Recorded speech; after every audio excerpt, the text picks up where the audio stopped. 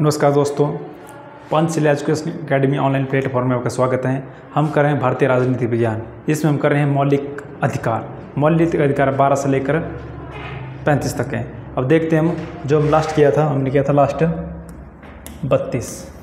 ये था हमारा अनुच्छेद 32। मौलिक अधिकार थे हमारे 6। जब हम किस देश से लिए थे? ये लिए थे हमने अमेरिका से। जो मौलिक अधिकार है ये 12 से लेकर 35 तक, 32 तक हम कर लिए थे। आज जो हमारा रहेगा मौलिक अधिकार वो रहेगा 33। जो 32 था इसका नाम क्या था? इसका नाम था संवैधानिक उपचारों का अधिकार। इसका अर्थ हुआ अगर कोई हमारे मौलिक अधिकारों का क्या कर रहा हो, कोई हनन कर रहा हो, हमारे मौलिक अधिकारों क्या कर रहा हो, हनन कर रहा हो, तो उसके लिए हम क्या कर सकते हैं? सर्वोच्च न्यायालय की या न्यायालय की शरण ले सकते हैं। और किस अनुच्छेद के तहत अगर कोई हमारा मौलिक अधिकार का हनन कर रहा हो तो किस अनुच्छेद के तहत हम सर्वोच्च न्यायालय जा सकते हैं? अनुच्छेद 32 के तहत। इसके तहत हम क्या कर सकते हैं? सर्वोच्च न्यायालय जा सकते हैं। अगर हमें हाई कोर्ट जाना हो तो यह अनुच्छेद 226। यहाँ से क्वेश्चन आया था कि अगर हमें हाई कोर्ट जाना हो किसके लिए? अगर कोई हमारे मौलिक अधिकारों क्या करो हनन कर रहा हो। मान लो जो हमारे 6 मौलिक अधिकार हैं, इनमें से कोई अगर हमारी स्वतंत्रता छीन रहा हो या समानता के आधार पर को भेदभाव कर रहा हो या कोई जाति सूचक शब्द किसने बोल दिया किसी को, तो उसके आधार पर हम क्या कर सकते हैं? न्यायालय की शरण में जा सकते हैं। या जैसे मौलिक अधिकार ने बोला कि अवसरों की समानता, अगर कहीं देख रहा है कि हमारे साथ कहीं भेदभाव किया जा रहा हो तो हम क्या कर सकते हैं? न्यायालय की शरण में जा सकते हैं। अगर सर्वोच्च न्यायालय में जाएंगे हम, अनुच्छेद 32 यहाँ से क्वेश्चन आया था कि अगर सर्वोच्च न्यायालय में जाना हो तो किस अनुच्छेद पर जा सकते हैं हम? अनुच्छेद 32। और हाईकोर्ट, जैसे हमारा हाईकोर्ट कहाँ है? शिमला में। तो अगर हमारे अधिकारों का कहीं हनन हो रहा हो या किसी प्रकार का भेदभाव हमारे साथ हो रहा हो तो हम जाते हैं हाईकोर्ट 226 के तहत, और सर्वोच्च न्यायालय जा सकते हैं हम अनुच्छेद 32 के तहत। और अनुच्छेद 32 को संविधान की आत्मा कहा गया है। संविधान की आत्मा बोला किसने? बोला है भीमराव अंबेडकर जी। संविधान की क्या बोला है? आत्मा बोला है। अब देखते हैं आज जो हमारा टॉपिक रहेगा अनुच्छेद 33। अनुच्छेद 33 इसमें बोला गया ऐसा कि जितने भी सैन्य क्षेत्र होते हैं वहाँ पर क्या जो सैन्य अधिकारी होते हैं हमारे, जितने भी अधिकारी होते हैं, जैसे राजदूत हो गए हमारे, राजदूत हो जाएंगे, और क्या आ जाएगी हमारे रॉ आ जाएगी, इसमें गुप्तचर आ जाएंगे, गुप्तचर। इनके मौलिक अधिकार क्या होते हैं? सीमित हो जाते हैं, सीमित। वैसे हमारे मौलिक अधिकारों को सीमित नहीं किया जा सकता है, लेकिन कुछ ऐसी पोस्ट नहीं हिमाचल प्रदेश में, भारत में, जैसे भारत का राजदूत और जो रॉ, जो क्या हमारे गुप्तचर होते हैं, जो एक दूसरे देश में क्या होते हैं? गुप्त सूचनाएं देते हैं। तो उनके मौलिक अधिकारों को क्या किया जाता है? सीमित किया जाता है। जैसे अगर मान लो कोई रॉ में काम करता हो, जैसे हम बाकी नागरिकों क्या घूमने फिरने की स्वतंत्रता है, अपने विचारों को बोलने की अभिव्यक्ति है, लेकिन इससे संबंधित जो भी कर्मचारी होते हैं वो बोलना उनको क्या जितना उनको बताया होता है उतना बोल सकते हैं। वो घूमने फिरने की उनको मनाही होती है, तब ये थोड़े बोलेंगे कि हमें मौलिक अधिकार प्राप्त हैं कि 6 के 6 हम ऐसा बोल सकते हैं। नहीं, इनके मौलिक अधिकार क्या हो जाते हैं? सीमित कर लिए जाते हैं। किस अनुच्छेद के तहत? अनुच्छेद 32 के तहत। अनुच्छेद 32 के तहत कुछ मौलिक क्षेत्र में मौलिक अधिकार किए जाते हैं, सीमित किए जा सकते हैं। अनुच्छेद 33। अब आता है अनुच्छेद 34। अनुच्छेद 34 इसमें बोला गया है, इसमें सैन्य कानून लगता है, कानून लगता है इसमें, सैन्य कानून। इसका अर्थ क्या हुआ? कुछ क्षेत्र ऐसे होते हैं या कुछ एरिया ऐसे होते हैं जहाँ पर क्या होता है? सैन्य कानून लगता है।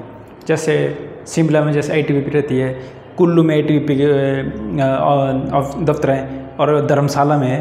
तो जैसे मान लो कोई यहाँ जैसे कोई दफ्तर किस चीज़ का एरिया है, एक ऐसा एरिया है, सैन्य एरिया है, सैन्य क्षेत्र है।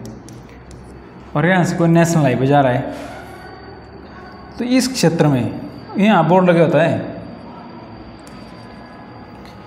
क्या लगा होता है कि शोर मत मचाएं, आगे सैन्य क्षेत्र है, इस क्षेत्र में मनमानी नहीं चलेगी आम जनता की इस क्षेत्र में, क्योंकि ये जो एरिया है ये किसके अंडर आ जा रहा है, यार है सैन्य क्षेत्र में।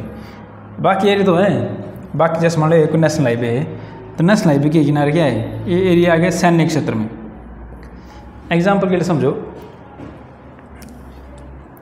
ये आम पब्लिक के लिए रास्ता, लेकिन इस रास्ते के बीच में एक जो क्षेत्र आ रहा है इतना, यहाँ से लेकर यहाँ तक है, ये आ रहा है सैन्य क्षेत्र में। तो इस क्षेत्र में आपके मौलिक अधिकार क्या होते हैं, सीमित हो जाते हैं। यहाँ किसके कानून चलेंगे, सैन्य कानून चलेंगे, ना कि आम जनता के कानून। धर्मशाला में क्या था, धर्मशाला में हुआ था ऐसा कि यहाँ क्या था, एक फ्रेंड थे उनकी क्या यहाँ चलती बारात चली थी और ठीक ढोल नगाड़ों के साथ जा रही थी, आज बारात चली हुई थी, सब ठीक था, इंतजाम चला हुआ था, पूरी बारात चली हुई थी, दूल्हा घोड़े में था और गाने चला गया था, जोर जोर से गाने। जब यहाँ बारात पहुँची तो यहाँ फिर चल रहा था, तो क्या हुआ, इस एरिया में कुछ ऑफिसर आया अंदर से ऑफिस से, उन्होंने बुलाया दूल्हे को और दूल्हे के फादर को, क्या जाओ अंदर।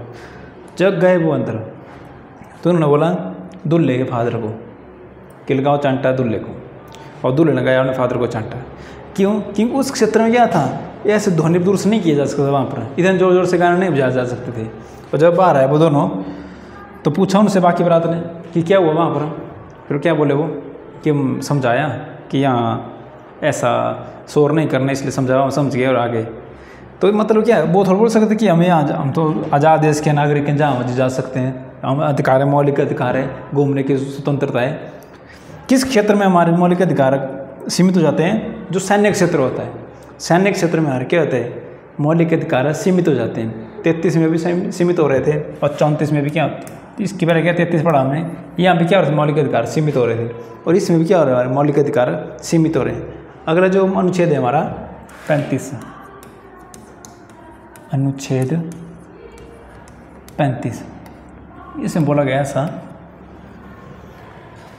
कि संसद क्या कर सकते हैं, हमारे मौलिक अधिकारों को क्या कर सकती है, आने वाले समय लगेगा 6 के ज़्यादा 7 दिन हो गए, 8 दिन हो गए, तो इसमें बदलाव कौन कर सकती है, संसद कर सकती है। कि मौलिक अधिकारों में बदलाव कौन कर सकती है, संसद।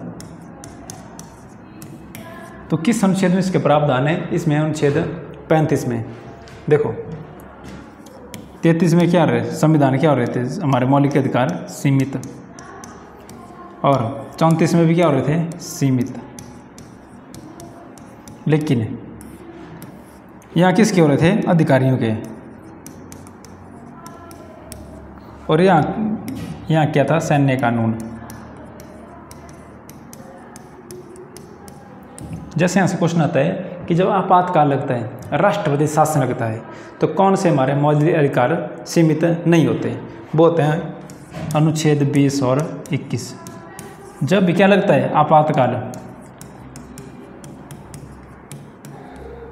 आपातकाल में मात्र इन 2 को छोड़कर हमारे मौलिक अधिकार क्या होते हैं, सीमित हो जाते हैं। अनुच्छेद 20 क्या होता है, अनुच्छेद 20 क्या था, और 21 ये था अपराध संबंधी मामले, और ये क्या थे, प्राण और दैहिक स्वतंत्रता। अब यहाँ से क्वेश्चन आता है, ऐसे कौन से अधिकार है जो विदेशियों को प्राप्त नहीं है, और कौन से अधिकार है जो भारतीयों को प्राप्त है। तो यहाँ लिखते हैं हम केवल भारतीय, और यहाँ लिख देंगे हम भारतीय प्लस विदेशी। अब अनुच्छेद क्या होता है, अनुच्छेद 15, अनुच्छेद 16, अनुच्छेद 19, अनुच्छेद 29, अनुच्छेद 30। ये जो मौलिक अधिकार है ये केवल किसको प्राप्त है, भारतीयों को। और यहाँ से क्वेश्चन क्या आ जाएगा, ऐसे कौन से अधिकार जो विदेशियों को प्राप्त नहीं है, तो नहीं में आ जाएगा ये, और भारतीय कुछ तभी आ जाएगा। अगर विदेशियों को नहीं है तो ये अधिकार क्या है, विदेशियों को नहीं है, केवल किसको है, भारतीयों को। अब ऐसे कौन से अधिकार है जो देशी को भी है और विदेशी को भी है, क्वेश्चन यहाँ से बनता है जरूर। तो आ जाएगा अनुच्छेद 14, अनुच्छेद 20, 21, 22, 23, 24, 25, 27, 28। ये भारतीयों के साथ साथ किसको प्राप्त हैं, विदेशियों को भी। अब देखो एग्जाम्पल के अनुच्छेद 14 क्या था, कानून के समक्ष समानता। तो मतलब कानून के समक्ष क्या है, सारे समान है, देशी भी और विदेशी भी। एग्जाम्पल के लिए जैसे समझ लो कि हिमाचल प्रदेश में किसी विदेशी के पास कोई हानि हो रही है, किसी ने उस विदेशी को मारा, जैसे कोई टूरिस्ट आ रहे हैं यहाँ से, अगर उसके साथ कोई छेड़खानी की जाती है तो वो किसकी शरण में आ सकता है, न्यायालय की। तो न्यायालय उसको उसी तरह देखेगा जैसे कि भारतीयों को देखा जा सकता था। और क्या आता है, ये आता है कि आपातकाल में कौन से अधिकार इंसान से नहीं छीने जाते हैं, बाकी सारे मौलिक अधिकार कानून किए जा सकते हैं, सरकार के ले सकती है। जब राष्ट्र शासन हो जाता है, आपातकाल शुरू हो जाता है भारत में, तो नागरिकों के सारे अधिकार क्या होते हैं, सरकार अपने पास रख लेती है। तब ऐसे नहीं, उस वक्त ऐसा नहीं बोल सकते कि मेरे तो मौलिक अधिकार मैं जहाँ मर जा सकता हूँ, ऐसा नहीं होता है। राष्ट्रपति शासन में राष्ट्रपति की रहनुमाई पर नागरिकों को मौलिक अधिकार दिए जाते हैं। लेकिन दो ऐसे मौलिक अधिकार हैं जिनको रोका नहीं जा सकता है। एक था मौलिक अधिकार 21 और एक था 20। ये कब तक लगे रहते हैं, आपातकाल में भी लगे रहते हैं, आपातकाल में भी। तो ये थे हमारे मौलिक अधिकार। अगले बार जो भाग शुरू होगा वो होगा भाग 4, जिसमें आ जाएगा राज्य के नीति निर्देशक तत्व। तो ये थे हमारे मौलिक अधिकार। आशा करते हैं आपको हमारी वीडियो पसंद आ रही है। अगर आपको किसी प्रकार का कोई डाउट हो तो कमेंट के माध्यम से आप बता सकते हैं। मिलते हैं अगली वीडियो में, तब तक के लिए जय हिंद।